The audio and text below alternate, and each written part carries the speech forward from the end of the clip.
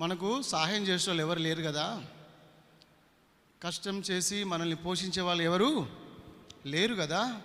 నేను వెళ్తాను పనికి అన్నది. ఏం పనికి వెళ్తావమ్మా అని అత్త అన్నది. కోడలేమన్నదంటే, ఏం పనికి వెళ్తానంటే పరిగ ఏరుకోవడానికి వెళ్తాను.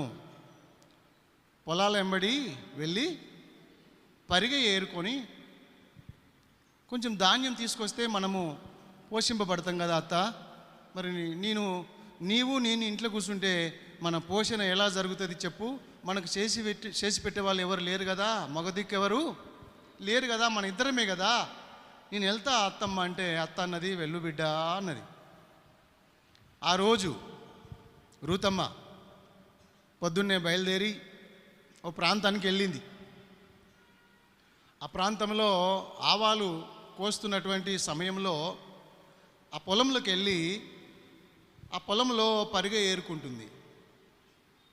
పరిగ ఏరడము మరి నా జీవితంలో కూడా నాకు అనుభవం ఉంది. నేను కూడా పరిగ ఏరిన.